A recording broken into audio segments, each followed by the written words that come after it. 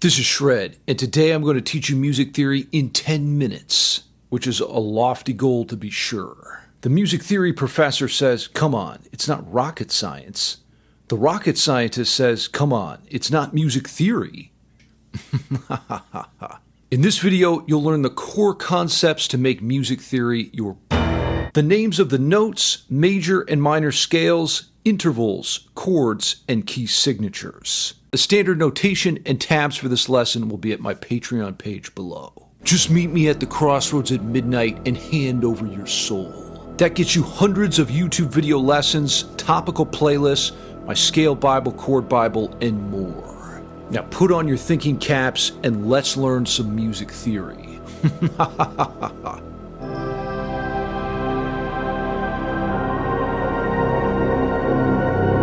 First up, we need to learn how to identify musical notes. The musical alphabet starts on A and ends on G. A, B, C, D, E, F, and G. There's no Z or W notes. Here's the musical alphabet on guitar.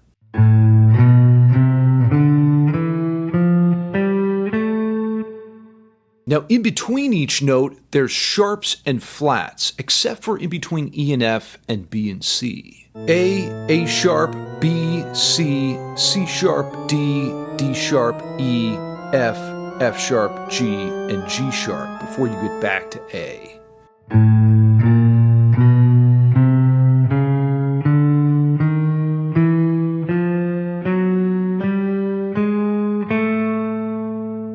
When you descend, try using flats. A flat, G, G flat, F, E, E flat, D, D flat, C, B, B flat, and A.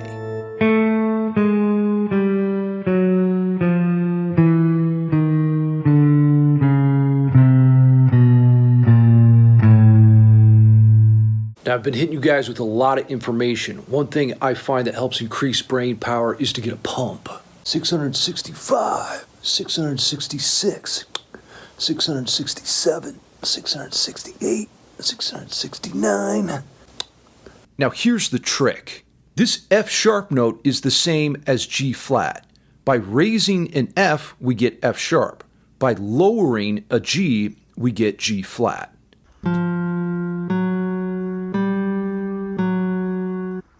Same note, two different ways to label it. Now you can do this with any sharp or flat, and the concept is called enharmonic equivalence.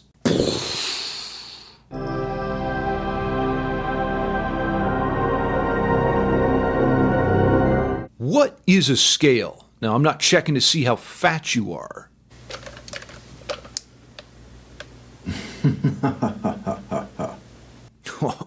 I've become quite large.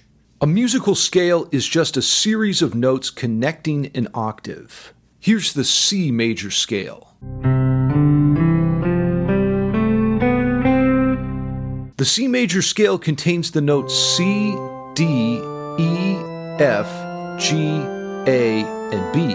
There's a formula you can use to generate any major scale. Whole step, half step, whole step, whole step, whole step, half step. Here's how it works. A half step is from C to C sharp, or one fret on the guitar. A whole step is from C to D, or two frets on the guitar. Use this formula starting on any note to make a major scale. Start on the note G to make a G major scale.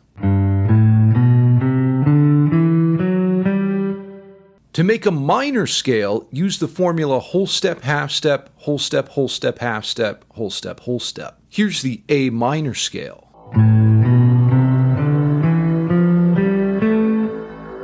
Now, how about a minor scale in the saddest of all keys, D minor?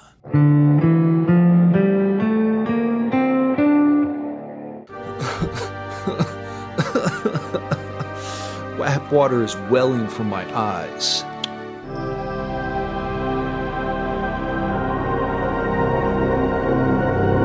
An interval is the distance between two notes. As I mentioned earlier, C to C sharp is a half step, or a minor second interval. A whole step is from C to D, and we call that a major second. The most important intervals to know are the thirds, because those dictate the tonality of chords. If you're in a happy mood, try a major third. Let's dash those dreams with a minor third.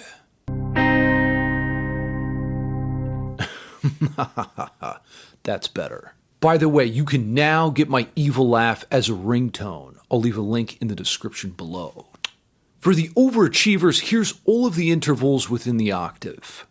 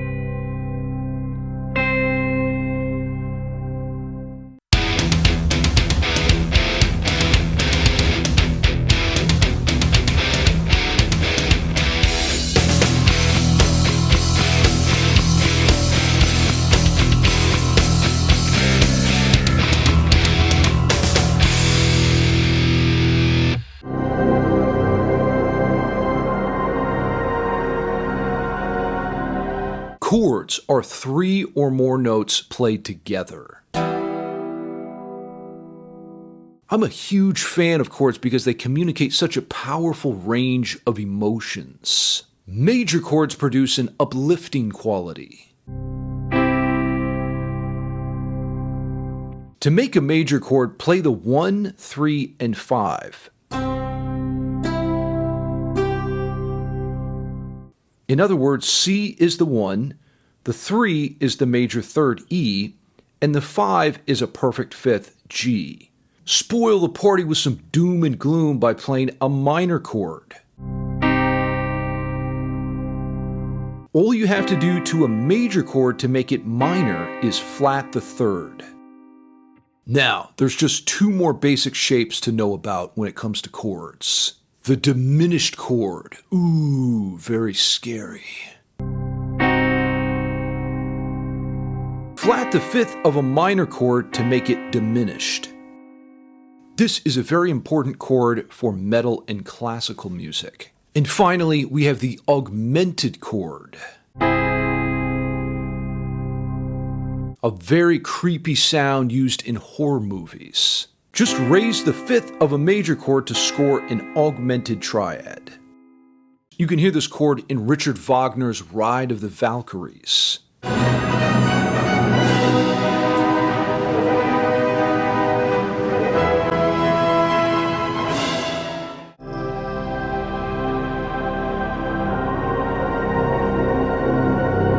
Key signatures tell you what notes are in each key. The circle of fifths is a diagram that illustrates each of the 12 musical keys.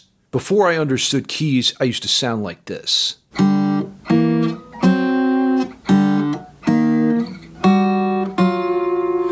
Yes.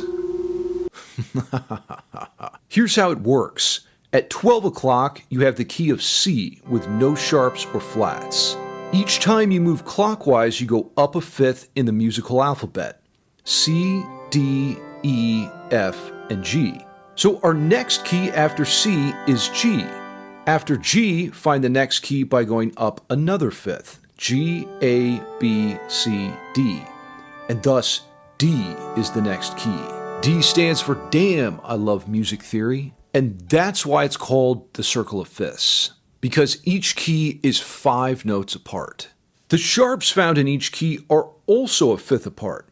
F sharp, C sharp, G sharp, and so on.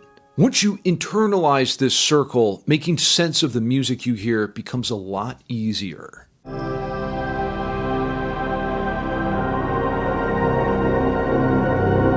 Now, being able to read music doesn't make you a real musician or anything, but it does make it easier to absorb musical ideas. And that's why I'd recommend all musicians work on their reading chops, myself included. If you ever want to learn how someone like Igor Stravinsky or John Williams orchestrates their music, reading is a must. Now, here's the notes on the staff. E, G, B, D, and F are the notes on the lines. Try using the acronym Evil Guys Bring Danger Fun to remember them. The notes on the spaces are F, A, C, and E, spelling the word face. As in, I want music theory all up in my face, bro. Now, let's practice reading an evil version of Twinkle Twinkle Little Star.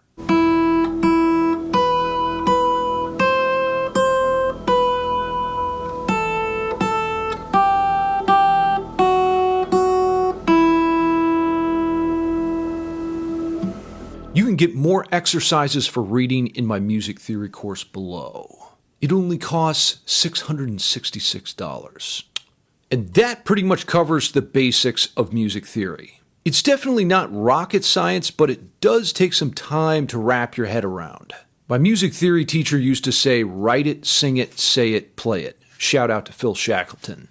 And I really think that's true. Confirming your knowledge from as many different angles as possible makes it stronger. Get the full tabs and transcriptions for this lesson at my Patreon page below. Access to my Scale Bible, Chord Bible, and all my YouTube lessons are also below.